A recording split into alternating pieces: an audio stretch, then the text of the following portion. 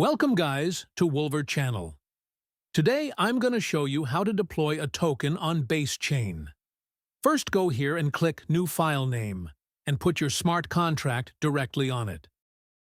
After that, go to Solidity Compiler, compile your token. Select the version of the Solidity. Compile it and done.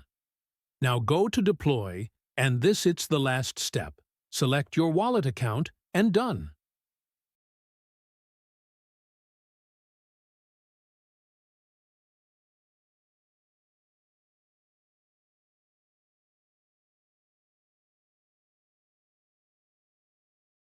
After that, import your token on your wallet. And here we go, that you have it. If you need the smart contract, hit me up on Telegram. My Telegram is down below, or if you want to create a project also. Thanks and subscribe. Again, if you want to make a project and make money, hit me up on Telegram.